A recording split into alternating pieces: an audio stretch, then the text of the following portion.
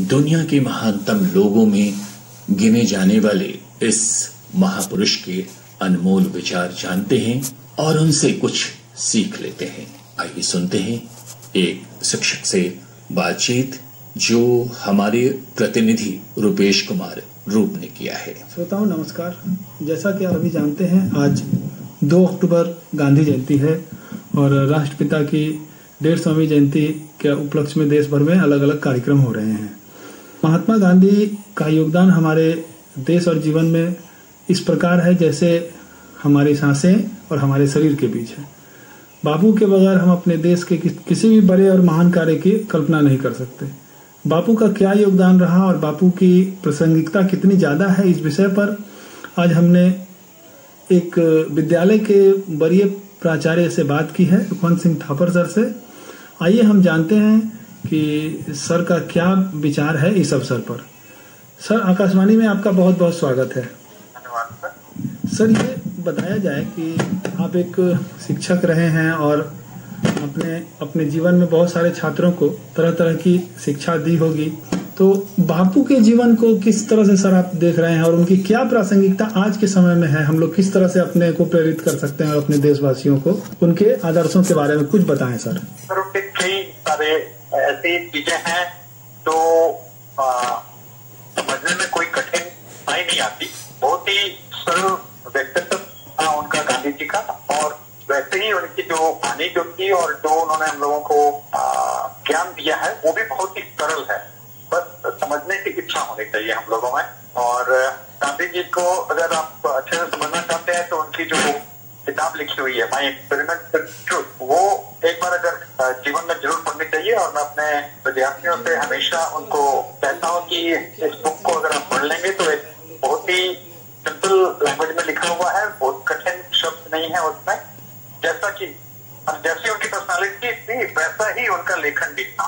और उन्होंने हम लोगों को सरल जीवन जीने के लिए प्रेरणा दी है, साफ सफाई रखने की प्रेरणा दी है, जो आज के संदर्भ में बहुत ही महत्वपूर्ण है। और उनके जो खुश रहने के जो तरीके जो हैं वो भी एक बहुत सिंपल सा फॉर्मूला दिया है उन्होंने हमें कि अगर आपको खुश रहना है जिंदगी में तो आप जो सोचते हैं वही कहिए, और जो कहते हैं अगर हमारी सोच में, कथन में, कथनी में और करनी में अगर एक सामंजस्य हो, मतलब विरोधाभास ना हो, तो हम निश्चित रूप से खुश रह सकते हैं। गांधी जी और शास्त्री जी दोनों ने हम लोगों को प्रेरणा दी है, उनके अपने सरल स्वभाव और सरल जीवन। और मैं तो उनसे काफी प्रेरित, गांधी जी के इंग्लिश से वापस आ चुके थे। मैं एक्सपेरिमेंट विद ट्रुथ में लिखा है कि उनके पास में कोई काम नहीं था, तो बॉम्बे में उनको एक अफ्रीका के एक बहुत बड़े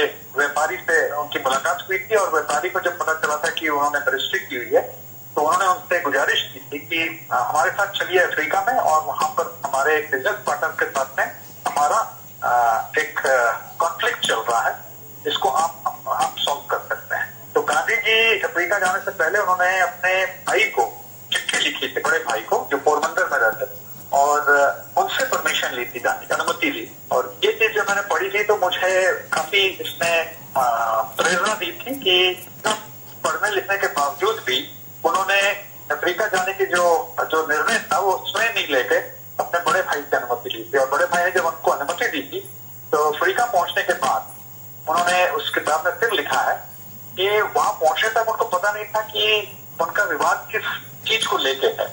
और जब उनको जाके वहां पता चला कि विवाद जो है वो पैसों के लेन देन से था और उनको अकाउंट्स की समझ बिल्कुल जीरो थी, तो वो केस लड़ने से पहले वो वहां की एक सेकेंड हैंड किताब की दुकानों में जाके उन्होंने अकाउंटेंसी की बुक्स भी खरीदी थी ताकि कुछ समझ में आए, उसके बाद में वो केस को हैंडल करें।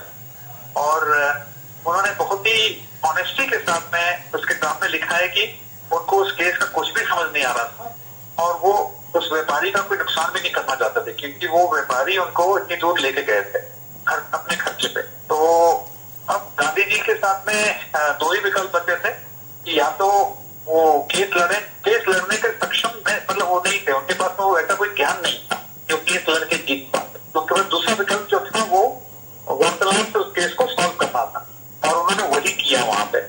उस बिजनेस पार्टनर से उन्होंने out of the court settlement करने का जो एक उनके सामने में एक बात रखी, तो उनको भी वो पसंद आई और उन्होंने उसका केस को रिजॉल्व कर दिया था।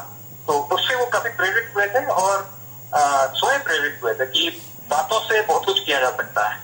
और फिर उसके बाद फिर वो इंडिया आए और बाकी इतिहास है जो उन्होंने चंपारण में जाके किया। और मुझे अगर आप अनुमति दें तो मैं कुछ इन दोनों व्यक्तियों के बारे में जो इनकी सरलता और एक आदर्शपूर्वक जीवन जो जिया है इन लोगों ने, मुझे कुछ एक पंक्तियां गुरु गुरबानी से, गुरु ग्रंथ साहिब जी से याद आ रही है। तो अगर आप अनुमति दें तो मैं उसको बताना चाहूंगा। जी बिल्कुल सर, बताया जाए। जी, इसमें फरीद जी की वाणी मुझे याद आ रही है, जिसमें उन्होंने कहा है, रोटी मेरी काठ की, लावण मेरी भूख, खादी जिना चोपड़ी, परे पहनगे दुख। कहते हैं कि मैं रूखी सूखी रोटी जो खाता हूँ वो मेरी भूख उतारती है, फरीद जी कह रहे हैं। और आगे कहते हैं कि खादी जिना चोपड़ी, जिन्होंने घी से चुपड़ी हुई रोटी खाई, परे सहनगे दुख, इनको दुख लगता है। यानी कि कहीं ना कहीं कोई बीमारी आती है जब हम कंट्रोल से बाहर जाके खाते हैं। आगे कहते हैं कि रूखी सूखी खाई के ठंडा पानी पियो, वेख पराई चोपड़ी ना तरसाई जियो। कहते हैं जो हमारे पास में है उसमें हमें खुश रहना, सुखी रहना सीखना चाहिए, ताकि दूसरों की अच्छी चीजों को देख के हम अपने मन को ललचा के जिए। तो ये इन दोनों व्यक्तियों के साथ में ये बात इनके जीवन से हमको सीखने को मिलता है। गांधी जी ने भी वैसा ही जीवन किया और शास्त्री जी ने भी वैसा ही जीवन किया।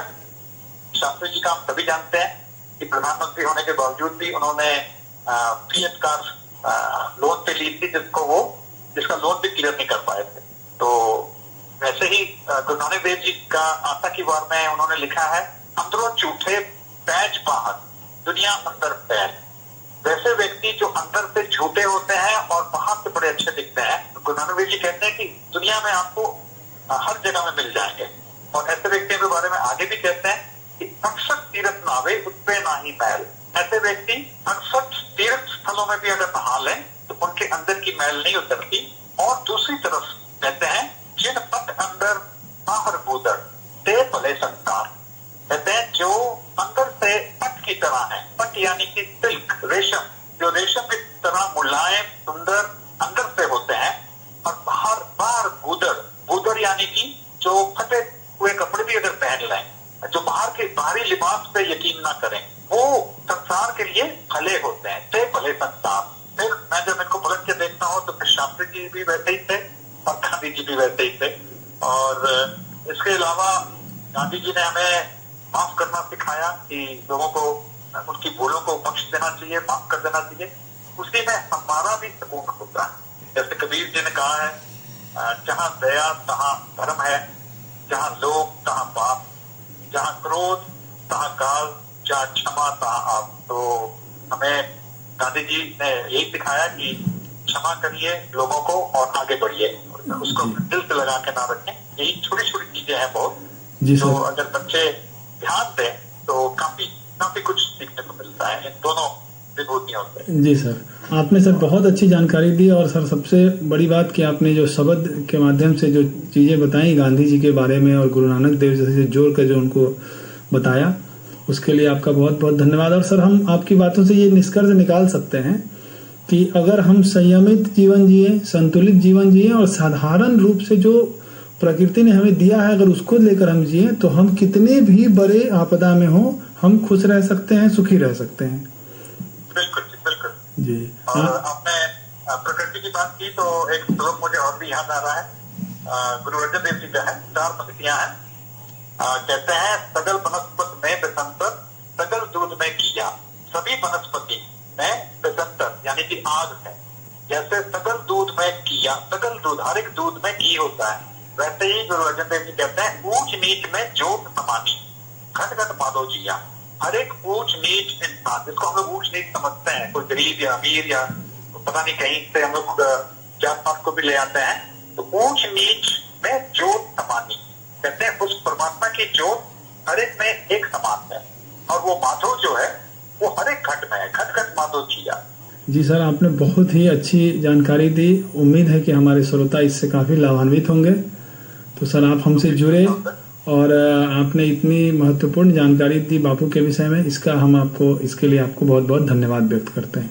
आपका धन्यवाद सर, आपने मुझे इस लायक समझा कि आपके बीच में मैं आके अपने विचार व्यक्त करूं। बहुत बहुत धन्यवाद सर। महान सोच वाले राष्ट्रपिता महात्मा गांधी जो कहते थे वही करते थे। इंसान महान पैदा नहीं होता है, उसके विचार